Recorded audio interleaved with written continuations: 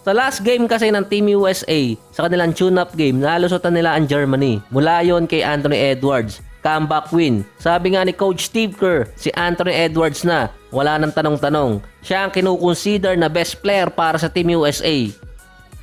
Kahit dati pa sinabi ni Edwards na ayaw niya maging leader ng team at mostly i-score talaga siya. Undefeated ang Team USA, 5-0. Kapag maganda rin kasi ang nilaro niya sa mismong World Cup, susunod na magiging mukha di umano siya ng NBA. Ayon yan sa isang analyst. Kaso ang nagsabi pala nun si Kendrick Perkins. Nag-tweet agad siya after nga ng performance ni Edwards against Germany.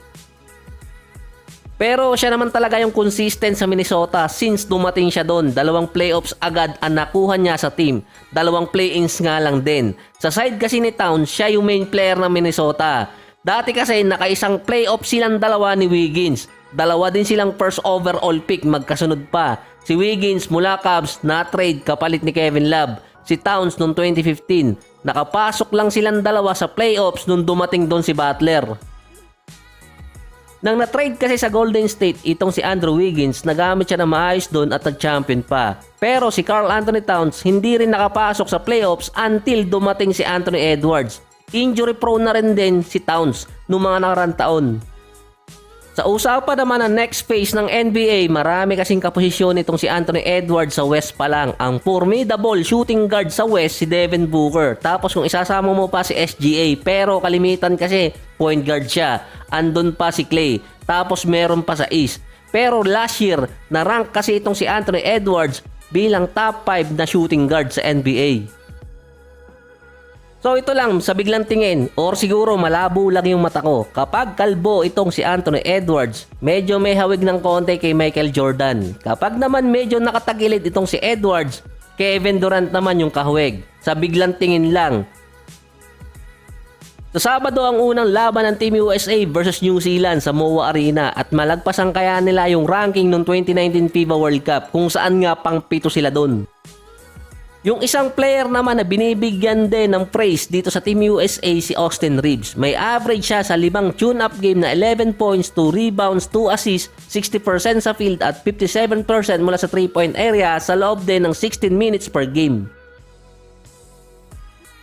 Meron kasi mga analyst na nagsasabing nangihinayang silang hindi binigyan ng San Antonio si Austin Reeves ng max contract para makuha mula LA. Di umano mas pinili pa ng San Antonio si Cedi Osman at itong si Campaign kumpara kay Austin Reeves. Malaking kontrata din kasi ang nakuha talaga niya sa Lakers at alam na rin naman yung role niya doon. Pero sa report kasi ibibigay sana ng San Antonio ang $84 million na papatak yun na nasa $20 million pataas kada taon kay Austin Reeves. Ang sinasabing dahilan lang kaya hindi natuloy, natakot ang San Antonio sa Lakers na tatapatan nila yung kontrata na yon at mahihirapan naman ang San Antonio sa salary cap. Dahil yun sa mga report na kahit anong ibigay ng ibang teams dito kay Austin Reeves, tatapatan talaga ng Lakers. Pero nung mga nakaraang taon kasi may mga players talaga silang hindi nila tinapatan yung kontrata dahil nga sa salary cap. Since andon si Anthony Davis at itong si LeBron. Kung sakali naman binigay ng San Antonio yung max contract kay Austin Reeves, mapapaisip siya doon. Secure na ang kontrata na yon, pero hindi siguradong magagamit siya na maayos dahil ang San Antonio meron Devontae Graham at Keldon Johnson at meron pa mga batang players.